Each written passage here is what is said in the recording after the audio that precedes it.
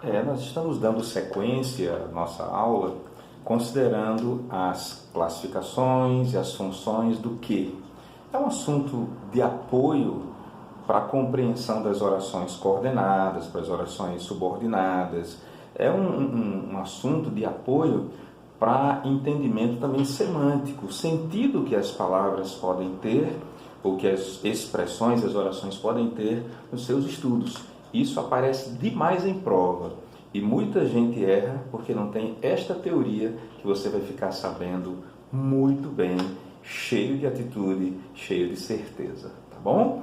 Então, vem aqui comigo que eu vou explicar coisas importantíssimas, tirando dúvidas que talvez você nunca tenha tirado na sua vida. Presta atenção, hein? Aqui comigo. Funções e classificações do que? Parte 2. Veja.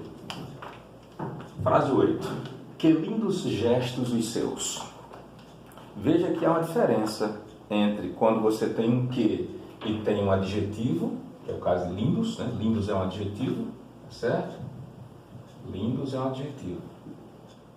Adjetivo. E quando você tem um que e logo em seguida vem um substantivo, que nós vimos ainda há pouco, que é quando ele é um pronome indefinido, ele é seguido de substantivo. Mas quando ele é seguido de um adjetivo, este que passa a ser, sabe o quê? Quando eu digo assim, quão lindos, eu tenho um advérbio, você acredita? Eu vou dizer de novo. Esse que, nessa frase, tem valor de advérbio. Sabe de que mais? De intensidade. Quão lindos gestos são os seus.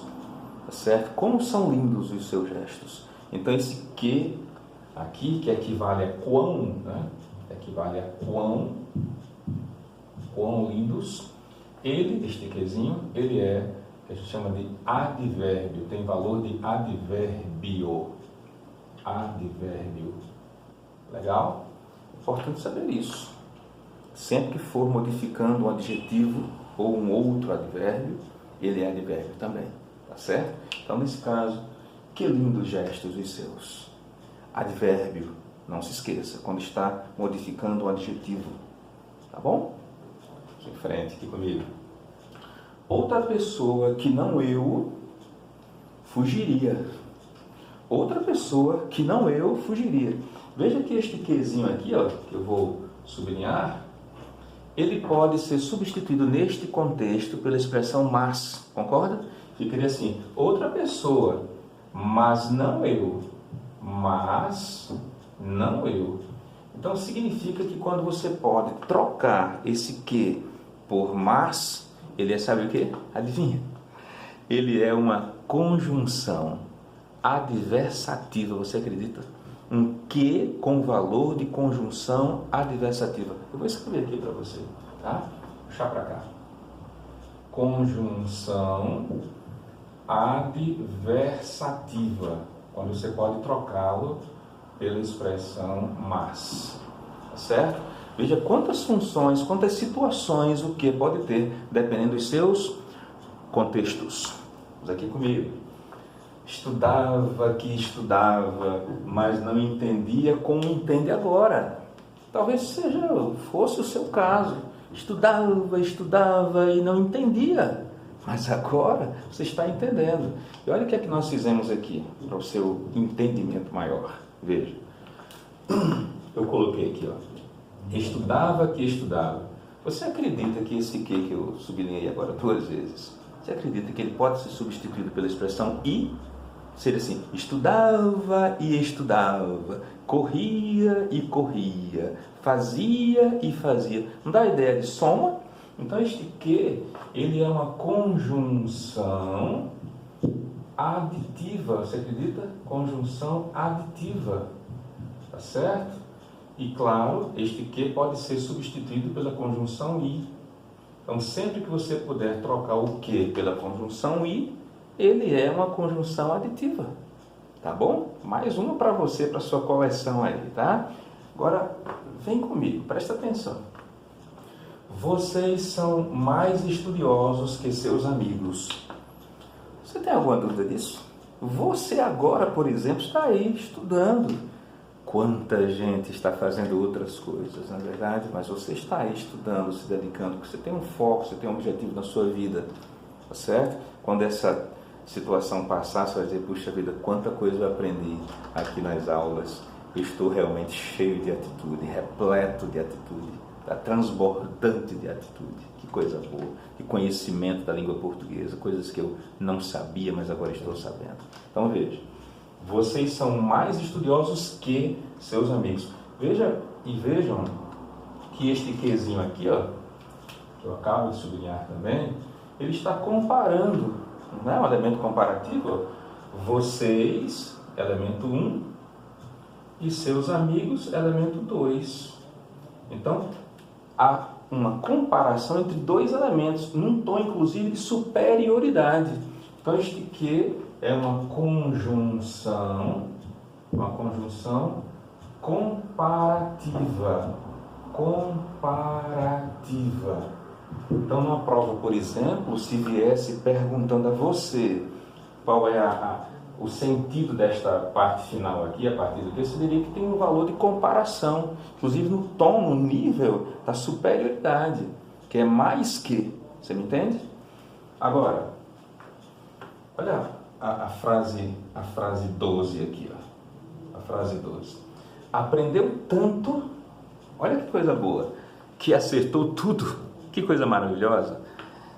Aprendeu tanto, olha o tanto aqui. O tanto dá uma ideia de intensidade, né? Esse volume, aprendeu tanto. Agora, olha a consequência. A consequência está aqui, ó.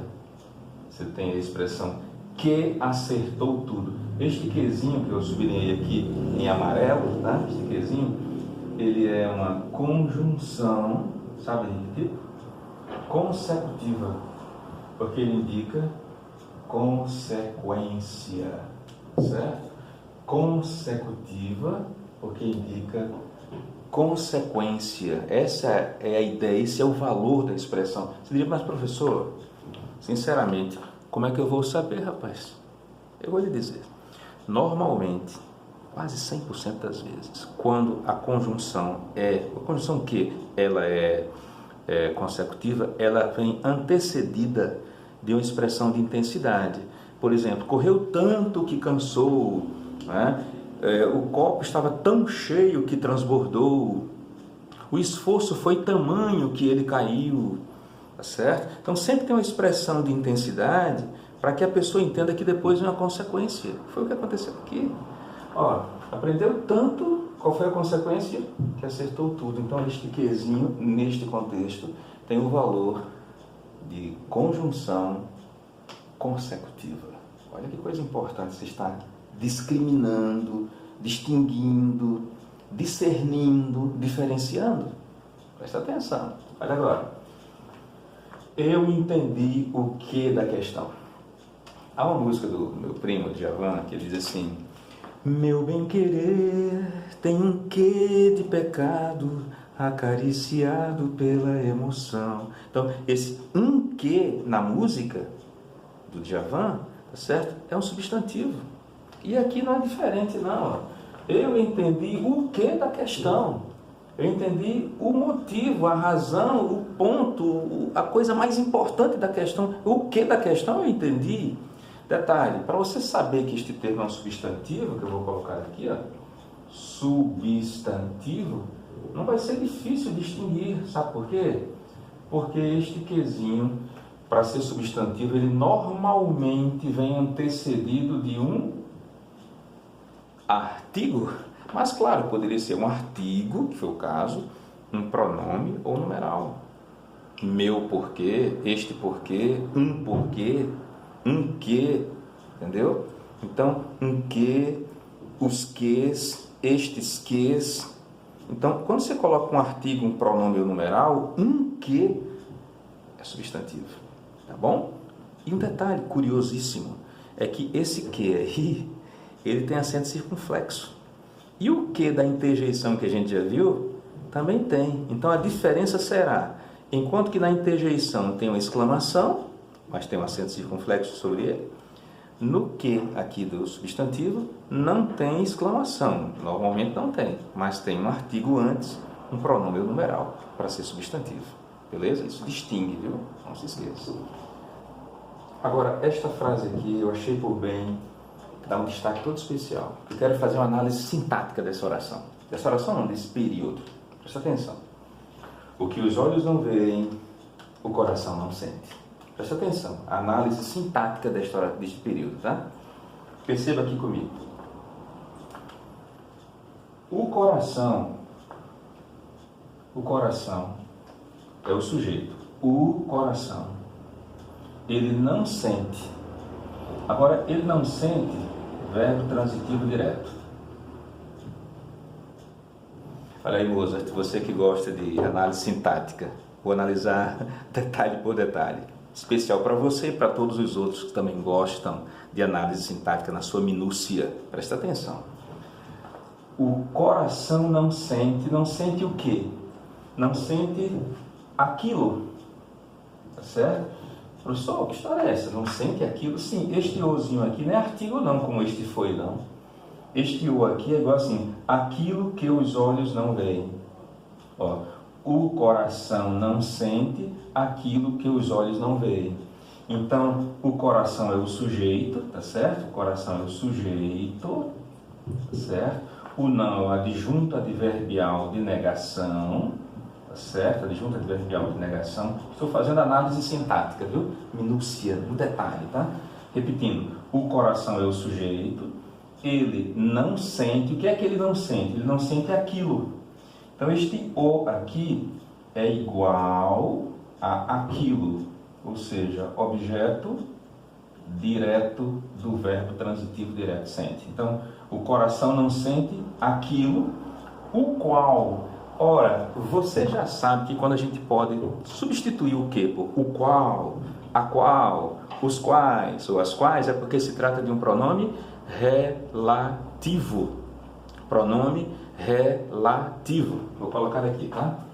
Pronome relativo. Isto que eu estou fazendo é uma análise, por enquanto, em relação a isto, morfológica, tá certo? Então seria o coração, sujeito, não, adjunto adverbial de negação, sente, não sente o quê? Então o verbo é transitivo direto, aí não sente aquilo. Então este o aqui, sintaticamente, é o objeto direto. De quem? Do verbo sentir. Não sente aquilo. Porque a oração está invertida, você já percebeu, né? Então, o coração não sente aquilo, o qual os olhos não veem. Então tem aqui, ó, os olhos. Eu já tenho aqui uma outra oração, concorda? Eu não tenho outro verbo, então tem outra oração. Os olhos, sujeito da segunda oração, certo? O não, adjunto adverbial de negação, também igual ao de baixo, adverbial de negação, tá certo? Veem, olha que legal. Então, os olhos não veem aquilo, o coração não sente aquilo. Então, se fôssemos dizer a função sintática deste pronome relativo, seria a função de objeto direto também. Porque o pronome relativo tem a mesma função sintática do termo a que se refere. De novo, o pronome relativo tem a mesma função sintática do termo a que se refere. Se ele se refere ao objeto direto, ele é objeto direto. Então, só fechando. Então, os olhos não veem aquilo que o coração não sente. E o coração não sente aquilo que os olhos não veem. Tá certo? Então, objeto direto. Veem, verbo transitivo direto também. Tá certo? Os olhos não veem aquilo, o coração não sente aquilo. Aquilo o qual os olhos não veem, aquilo o qual o coração não sente. Moral da história, acabamos de ver as funções e as classificações do que, com nuances de análise sintática mais profundamente no final. Tá certo? O que os olhos não veem, o coração não sente. Tá certo? Lembrando sempre que não houve vírgula, porque não se separa objeto direto do seu verbo, nem se separa sujeito do seu verbo, do seu predicado. Informação que já tínhamos dito em outro momento. Tá bom? Espero que você tenha entendido essa questão de funções e classificações do que? Uma aula importante para você guardar, rever quantas vezes forem necessárias. E se houver alguma dúvida, faça o seguinte, manda dúvida para mim. Eu faço assim, questão de saber e de poder ajudá-lo nas suas dificuldades para que você tenha tudo isso muito claro, aliás, claríssimo. Grande abraço. Tchau, tchau.